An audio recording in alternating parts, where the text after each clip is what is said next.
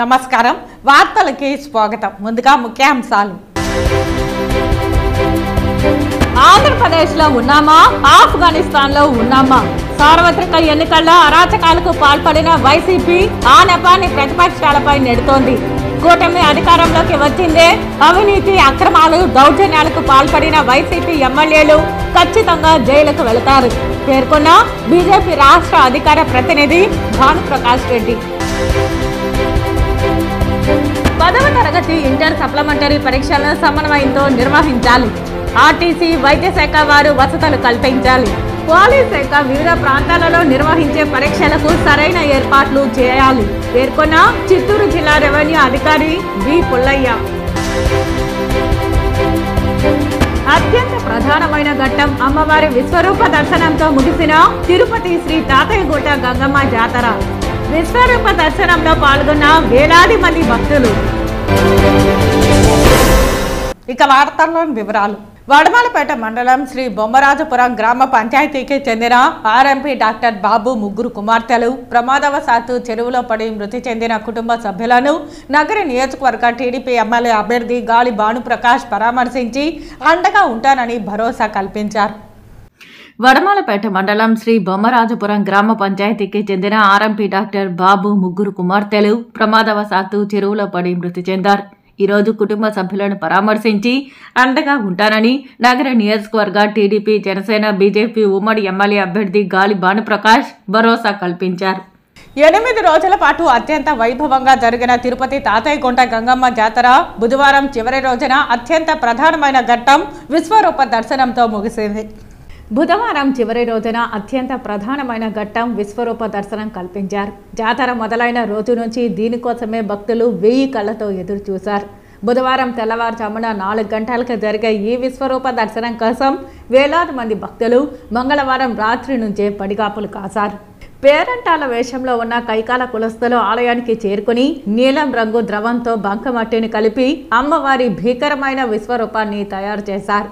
భక్తులంతా అమ్మవారి విశ్వరూపాన్ని దర్శించుకున్నాక ఆ విగ్రహం నుంచి మట్టిని తీసి భక్తులకు ప్రసాదంగా అందజేశారు. 8 రోజుల పాటు ఘనంగా జరిగిన జాతర ఈ ఘట్టంతో ముగిసింది. గంగమ్మ తల్లి తిరుమల వెంకటేశుడికి చెల్లెలని ప్రతీతి. అందుకే ఏటా జాతర సమయంలో టీటీడీ నుంచి గంగమ్మకు సారే అందుతుంది.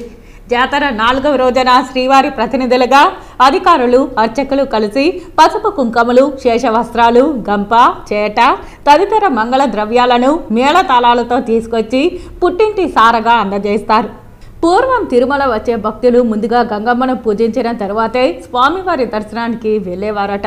ఈ విషయం తెలిసిన వారు ఇప్పటికీ అదే తరహాలో గంగమ్మ తల్లిని దర్శించుకున్నాకే శ్రీవారి దర్శనం చేసుకుంటారు.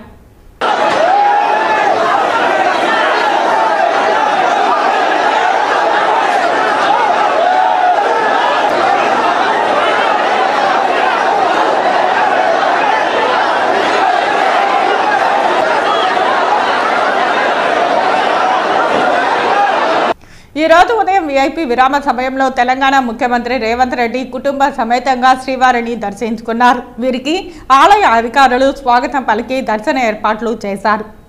దర్శన అనంతరం రంగనాయకుల మండపంలో వేద పండితులు ఆశీర్వదించగా టీటీడీ అధికారులు తీర్థ ప్రసాదాలు అందించారు. ఆలయం వెలుపల రేవంత్ రెడ్డి మాట్లాడుతూ తెలంగాణ ముఖ్యమంత్రి అయిన తరువాత శ్రీవారిని దర్శించుకోవడం సంతోషంగా ఉందన్నారు. 2 రాష్ట్రాల ప్రజలు బాగుండాలని అభివృద్ధిలో ముందుకెళ్లాలని స్వామివారిని ప్రార్థించారని అన్నారు. తెలంగాణ ప్రజలు స్వామివారి దర్శనానికి వచ్చినప్పుడు వారి సౌకర్యార్థం ఒక భవనాన్ని నిర్మించాలని ఆంధ్రప్రదేశ్ కాబోయే ముఖ్యమంత్రితో మాట్లాడి భవనం ఏర్పాటు చేస్తామని తెలంగాణ ముఖ్యమంత్రి రేవంత్ రెడ్డి తెలిపారు. తెలంగాణ రాష్ట్ర ప్రభుత్వం ఏర్పడిన తర్వాత స్వామివారి దర్శనం చేసుకోవాలని ప్రయత్నం చేసిన ఎన్నికలు స్థానిక పరిపాలనలో కాస్త సమయం దొరకకపోవడం వల్ల ఈరోజు స్వామివారిని దర్శించుకున్నాం. 2 రాష్ట్రాల సత్సంబంధాలు కొనసాగాలని 2 రాష్ట్రాల అభివృద్ధి పదం వైపు నడవాలని ఆంధ్రప్రదేశ్లో ఏర్పడబోయే ప్రభుత్వము ఆ రాష్ట్ర ముఖ్యమంత్రితో తెలంగాణ ముఖ్యమంత్రిగా సత్సంబంధాలతో సమస్యలన్నిటిని కూడా పరిష్కరించుకొని కలిసికట్టుగా నడిచి 2 రాష్ట్రాలు అభివృద్ధి పదం వైపు నడిపించే విధంగా ఒకరికి ఒకరు సహకరించుకొని ముందుకు వెళ్ళాలని ఆకాంక్షించను. అదేవిధంగా తెలంగాణ రాష్ట్ర ప్రభుత్వం తరఫున కొండ మీద ఒక సత్రం నిర్మాణము, కళ్యాణ మండపం నిర్మించి తెలంగాణ నుంచి వచ్చే భక్తులకే కాకుండా దేశం నలుమూలల నుంచి స్వామివారిని సందర్శించుకునే భక్తులందరికీ కూడా సౌకర్యాలు కల్పించడంలో తెలంగాణ రాష్ట్ర ప్రభుత్వం కూడా భాగస్వామ్యం తీసుకోవాలనుకుంటుంది. ఈ ఫలితాల ప్రక్రియ ముగిసిన తర్వాత తప్పకుండా తెలంగాణ రాష్ట్ర ప్రభుత్వం తరఫున సత్ర నిర్మాణానికి అవకాశం ఉంటే కళ్యాణ మండపం నిర్మించి స్వామివారి సేవ కొనసాగించాలని రాష్ట్ర ప్రభుత్వం భావిస్తుంది. తప్పకుండా తొందరలోనే ఆంధ్రప్రదేశ్ ముఖ్యమంత్రిని కలిసి విజ్ఞప్తి చేసి ఇక్కడ స్వామివారి సేవలో తెలంగాణ రాష్ట్ర ప్రభుత్వం కూడా భాగస్వామ్యం తీసుకోవాలని కోరుకుంటున్నాం. కొండ మీద రాజకీయాలు మాట్లాడకూడదు. తప్పకుండా మంచి వాతావరణం ఉంది, వాతావరణం కూడా అనుకూలించింది. గత సంవత్సరం కరువు వచ్చిన, తాగునీటి సమస్య ఉన్న సమస్యలను అధిగమించి మంచి ఋతుపవనాలు, మంచి కాలం అవుతున్నది. వానలు పడాలి, పంటలు పండాలి, రెండు రాష్ట్రాలు సుభిక్షంగా ఉండాలనే మా ఆలోచన. ప్రకృతి కూడా సహకరిస్తుంది. తప్పకుండా పాలకుల మనసులో ఎలాంటి స్వామివారు ఒక ఆలోచన కలిగించి తప్పకుండా ఆ ప్రాంత రైతులకు సహాయం చేసే విధంగా వానలు పడి పంటలు పండుతాయి. మా ప్రభుత్వ కార్యాచరణ కూడా ప్రధానంగా రైతాంగాన్ని ఆదుకొని దేశం యొక్క సంపదను పెంచాలనేది మా ఆలోచన. ఆ విధంగా ముందుకు సాగాలని మా ప్రభుత్వం భావిస్తుంది. ఈ నెల 24 నుంచి జిల్లా వ్యాప్తంగా ఇంటర్మీడియట్ 10వ తరగతి సప్లిమెంటరీ పరీక్షలకు సంబంధించి సంబంధిత అధికారులందరూ సమన్వయంతో కలిసి ఎటువంటి ఇబ్బందులు లేకుండా సజావుగా నిర్వహించాలని జిల్లా రెవెన్యూ అధికారి బి పుల్లయ్య అన్నారు. బుధవారం ఉదయం పరీక్షల నిర్వహణకు సంబంధించి వివిధ శాఖల అధికారులతో సమన్వయ సమావేశం డిఆర్ఓ ఛాంబర్లో నిర్వహించారు. బుధవారం ఉదయం పరీక్షల నిర్వహణకు సంబంధించి వివిధ శాఖల అధికారులతో సమన్వయ సమావేశం డిఆర్ఓ ఛాంబర్లో నిర్వహించారు. ఈ సందర్భంగా డిఆర్ఓ మాట్లాడుతూ జిల్లా కలెక్టర్ ఆదేశాల మేరకు సమావేశం నిర్వహించడం జరుగుతోందని అన్నారు. ఇంటర్మీడియట్ కు సంబంధించి ఉదయం 9 గంటల నుంచి 12 గంటల వరకు, తిరిగి మధ్యాహ్నం 2 గంటల 30 నిమిషాల నుంచి 5 గంటల 30 నిమిషాల వరకు పరీక్షలు నిర్వహించడం జరుగుతుందని, అదేవిధంగా 10వ తరగతి సప్లిమెంటరీ ఉదయం 9 గంటల 30 నిమిషాల నుంచి 12 గంటల 30 నిమిషాల వరకు నిర్వహించడం జరుగుతుందని అన్నారు.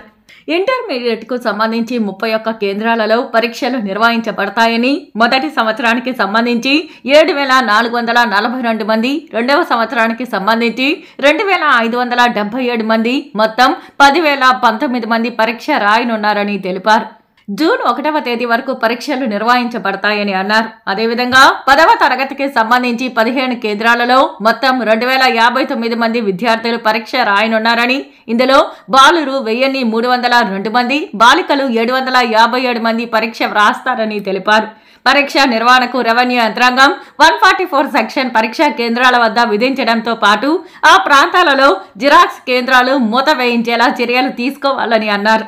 అదేవిధంగా పోలీస్ శాఖ భద్రతా ఏర్పాట్లు కల్పించాలని, కట్టుదిట్టమైన భద్రతతో ప్రశ్నాపత్రాలను తరలించాలని అన్నారు. జిల్లా విద్యాశాఖ మరియు ఇంటర్మీడియట్ అధికారులు పరీక్షలకు కావాల్సిన సిబ్బందిని నియమించుకుని ఎటువంటి ఇబ్బందులు లేకుండా చూసుకోవాలని అన్నారు. గ్రామీణ ప్రాంతాల నుంచి పరీక్షల కోసం వచ్చే విద్యార్థుల కోసం బస్సులను ఏర్పాటు చేయాలని, అవసరమైతే కొంత సమయం ముందుగానే పరీక్షా కేంద్రానికి చేరేటట్లు చూడాలని అన్నారు. ఉదయం నుంచి సాయంత్రం వరకు పరీక్షల నిర్వహణ ఉన్నందున నిరంతర విద్యుత్ సౌకర్యం ఏర్పాటు చేయాలని అన్నారు. ప్రశ్నాపత్రాలను తరలించేందుకు పోస్టల్ డిపార్ట్మెంట్ తగిన ఏర్పాటు చేయాలని అన్నారు. ఎన్నికల కోడ్ అమల్లో ఉన్నందున పోలీస్ సిబ్బంది వివిధ ప్రాంతాలలో విధులు నిర్వహిస్తుండడం జరుగుతోందని, అవసరమైనంత మేరకు పోలీస్ సేవలను ఉపయోగించుకోవాలని ఈ సందర్భంగా ఏపీ అరీపుల్లా అన్నారు. ఈ సమన్వయ సమావేశంలో డిఆర్ఓతో పాటు ఆర్ఐఓ సయ్యద్ మౌలా, జిల్లా విద్యాశాఖ అధికారి దేవరాజులు, వైద్య శాఖ నుంచి డాక్టర్ శిరీష, విద్యుత్ అధికారి కేశవులు, ఆర్టీసీ అధికారి మొగలేశ్వర్, పోస్టల్ అధికారి భాస్కర్, కలెక్టరేట్ సూపరింటెండెంట్ గుణశేఖర్ రెడ్డి తదితరులు పాల్గొన్నారు. జరిగిన సార్వత్రిక ఎన్నికల తర్వాత వైసీపీ చేసిన అరాచకాలు దాదాపు 400 వీడియోలు అంతర్జాలంలో ఉన్నాయని, వీటిని పరిశీలిస్తే మనం ఆంధ్రప్రదేశ్లో ఉన్నామా లేక ఆఫ్ఘనిస్తాన్లో ఉన్నామా అన్న సందేహం కలుగుతుందని బీజేపీ రాష్ట్ర అధికార ప్రతినిధి భానుప్రకాష్ రెడ్డి అనుమానాన్ని వ్యక్తం చేశారు. తిరుపతి ప్రెస్ క్లబ్ లో బుధవారం మీడియా ముందు భాజపా నేతలు వరప్రసాద్, పెనుబాల చంద్రశేఖర్, మల్లకుప్పం శేఖర్, నరేన్, నాదముని తదితరులతో కలిసి భాను మాట్లాడుతూ చట్టసభలు దేవాలయాలతో సమానమని అన్నారు. అలాంటిది చంద్రగిరి, తాడిపత్రి, తెనాలి తదితర ప్రాంతాలలో ఈవీఎం స్ట్రాంగ్ రూమ్ల వద్ద వైసీపీ గూండాలు అరాచకాలకు పాల్పడ్డారని అన్నారు. అన్నపూర్ణ లాంటి ఆంధ్రప్రదేశ్ ను అప్పుల ప్రదేశ్ గా మార్చారని అన్నారు. సీఎం జగన్ విదేశీ పర్యటన, ఎన్నికల కౌంటింగ్ తర్వాత ఇక పర్మనెంట్ గా జగన్ విదేశాలకు పరిమితం అవ్వచ్చని తెలిపారు. వైసీపీ ప్రధాన నేతలు ప్రతిపక్షాలకు ఛాలెంజ్లు విసురుతున్నారని విమర్శించారు. వైసీపీ పతనం రోజుల్లోనే ఉందని జోసెన్ చెప్పారు. వైకాపా దుర్మార్గపు వైఖరి పట్ల కేంద్ర ఎన్నికల సంఘం సీరియస్ గా తీసుకోనున్నదని అన్నారు. ఎన్నికల ఈవీఎంలు మిత్రులారా, ప్రజాస్వామ్యంలో చట్టసభలు దేవాలయాలతో సమానం. చట్టసభలు దేవాలయాలతో సమానం. ఇలాంటి ఈవీఎంని ఎమ్మెల్యే బుద్ధి ఉందని అడుగుతున్నావు. నువ్వు ఎలాగయ్యాను ఎన్నికయ్యావు? నువ్వు 3 పర్యాయాలు ఇలాంటి రౌడీలకి గూండాలకి టికెట్ ఇస్తావా జగన్మోహన్ రెడ్డి గారు? మీరు మళ్ళా పరిచయం చేసేటప్పుడు మంచివాడని చెప్పి పరిచయం చేస్తాడు. ఇదేనా ఈవీఎంలు ధ్వంసం చేయడం? రెండో వీడియోలో ఎందుకు ఈవీఎంలు ధ్వంసం చేశామని చెప్పి ప్రశ్నించే మహిళని మేము మాటల్లో కూడా చెప్పలేము మిత్రులారా. మీరు ఆ వీడియో కానీ జాగ్రత్తగా వింటే మహిళా లోకం తల దించుకునే విధంగా మహిళల్ని దూషించారు. మూడో వీడియో తాడిపత్రి ఎమ్మెల్యే విన్నారు కదా. టీడీపీ వచ్చినా, జనసేన వచ్చినా, వైసీపీ వచ్చినా 3 నెలల వేట మొదలు పెడతాయంట. వేట అంటే ఫ్రాక్షన్ వేటని మొదలు పెడతానంటున్నాడు. ఎంత బరి తెగించావు పెద్దారెడ్డి నువ్వు? ఏం మాట్లాడేవాళ్ళు లేరనుకుంటున్నారా? అడిగేవాళ్ళు లేరనుకుంటున్నారా? ఇష్టం వచ్చినట్టు మాట్లాడుతున్నారు. మళ్ళీ ఇంకో వీడియో తెనాల్లో క్యూ లైన్లో వచ్చి ఓటేయ్యా అని చెప్పి ఎమ్మెల్యే అభ్యర్థిని అక్కడుండి ఓటర్ ప్రశ్నించేందుకు చెంపదెబ్బ కొడతావా? ఈరోజు 175 నియోజకవర్గాల్లో మిమ్మల్ని చెంపదెబ్బ కొట్టేదానికి ప్రజలు సిద్ధంగా ఉన్నారు. నా 13వ తేదీ జరిగినట్టు ఎన్నికల్లో ఆల్రెడీ కొట్టారు మిమ్మల్ని. మీకు అది ఇంకా కనపడట్లే. ఇంకా వాపు లోపలికి దాచిపెట్టుకున్నారు. వాపుని లోపలికి దాచిపెట్టుకున్నారు. ఆల్రెడీ ప్రజలు, ఆంధ్రప్రదేశ్ ప్రజలు, అధికార పార్టీ 175 అసెంబ్లీ నియోజకవర్గం నిలబడిన మీ అందరికీ చెంప చెల్లుమనే విధంగా తీర్పు ఇచ్చారు.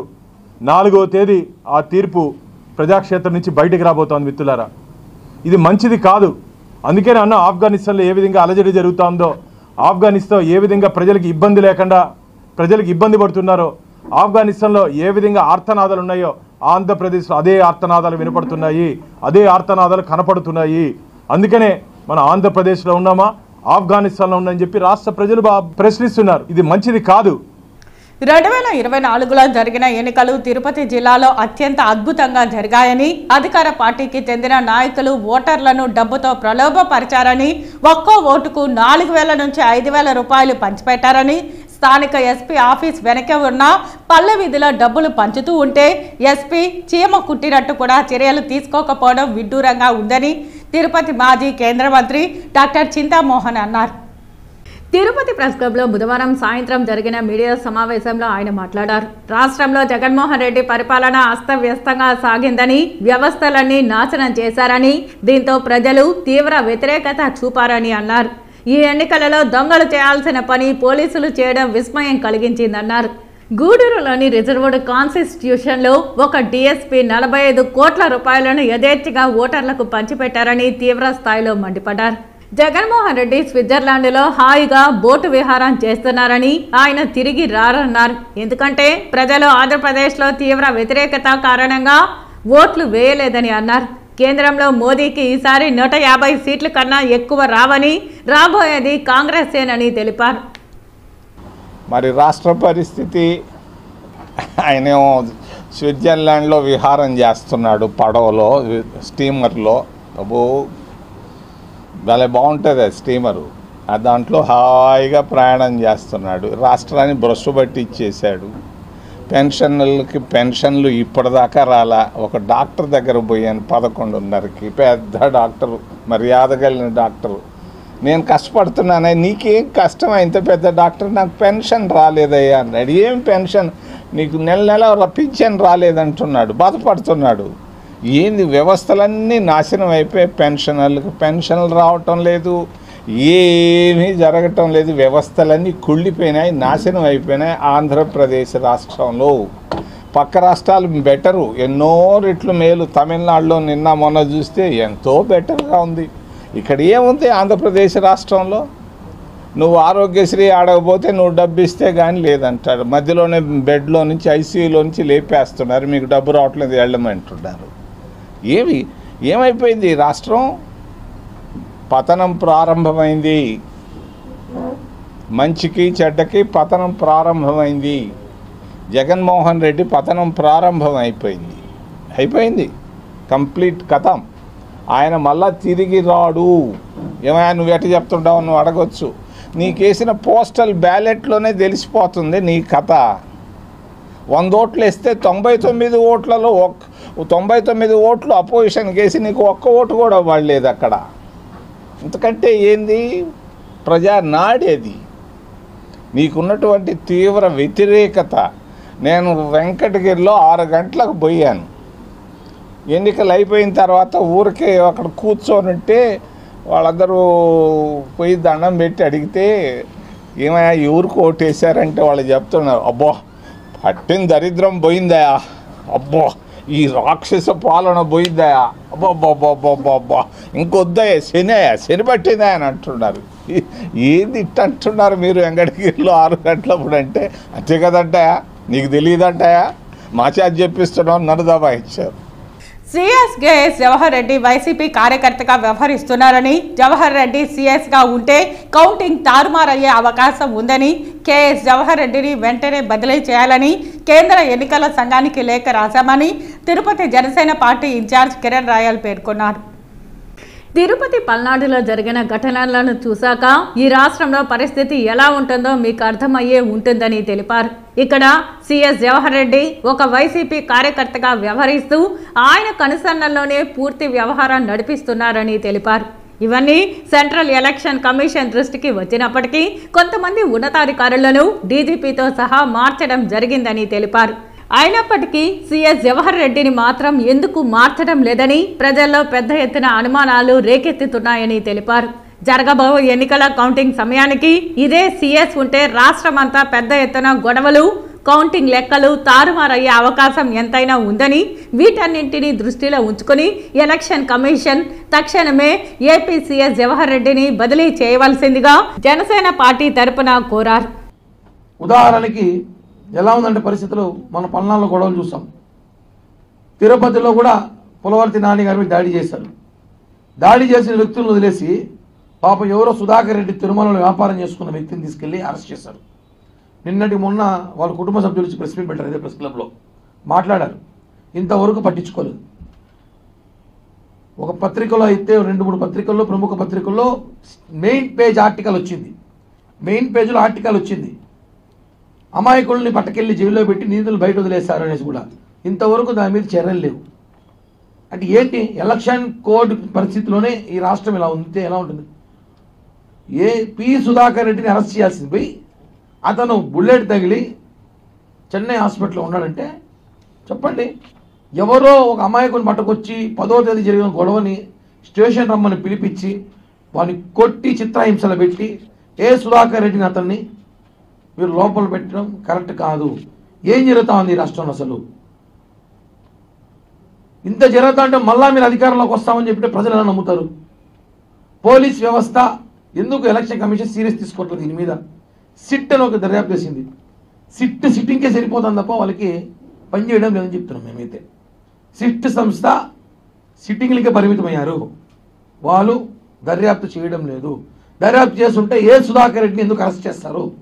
పి సుధాకర్ రెడ్డిని ఎందుకు వదిలేస్తారు? ఇవన్నీ కూడా మాట్లాడాల్సిన అవసరం ఉంది. ఈ రాష్ట్రంలో అనేక సమస్యలు, అనేక దౌర్జన్యాలు, అనేక దాడులకి కారణమైన ఒకే ఒక boss chief secretary Jawahar Reddy గారు మాత్రమే.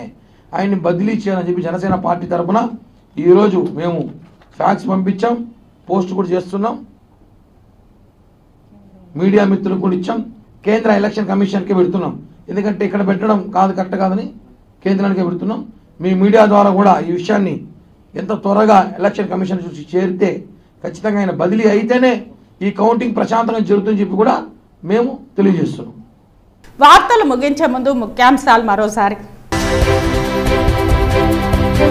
ఆంధ్రప్రదేశ్లో ఉన్నామా, ఆఫ్ఘనిస్తాన్లో ఉన్నామా? సార్వత్రిక ఎన్నికల్లో అరాచకాలకు పాల్పడిన వైసీపీ ఆ నెపాన్ని ప్రతిపక్షాలపై నెడుతోంది. కూటమి అధికారంలోకి వచ్చిందే అవినీతి, అక్రమాలు, దౌర్జన్యాలకు పాల్పడిన వైసీపీ ఎమ్మెల్యేలు ఖచ్చితంగా జైలుకు వెళతారు పేర్కొన్న బీజేపీ రాష్ట్ర అధికార ప్రతినిధి భానుప్రకాష్ రెడ్డి. 10వ తరగతి ఇంటర్ సప్లిమెంటరీ పరీక్షలను సమన్వయంతో నిర్వహించాలి. ఆర్టీసీ, వైద్య శాఖ వారు వసతులు కల్పించాలి. పోలీస్ శాఖ వివిధ ప్రాంతాలలో నిర్వహించే పరీక్షలకు సరైన ఏర్పాట్లు చేయాలి పేర్కొన్న చిత్తూరు జిల్లా రెవెన్యూ అధికారి వి పుల్లయ్య. అత్యంత ప్రధానమైన ఘట్టం అమ్మవారి విశ్వరూప దర్శనంతో ముగిసిన తిరుపతి శ్రీ తాతయ్యగుట్ట గంగమ్మ జాతర. విశ్వరూప దర్శనంలో పాల్గొన్న వేలాది మంది భక్తులు. ఈ వార్తలు ఇంతటితో సమాప్తం. నమస్కారం.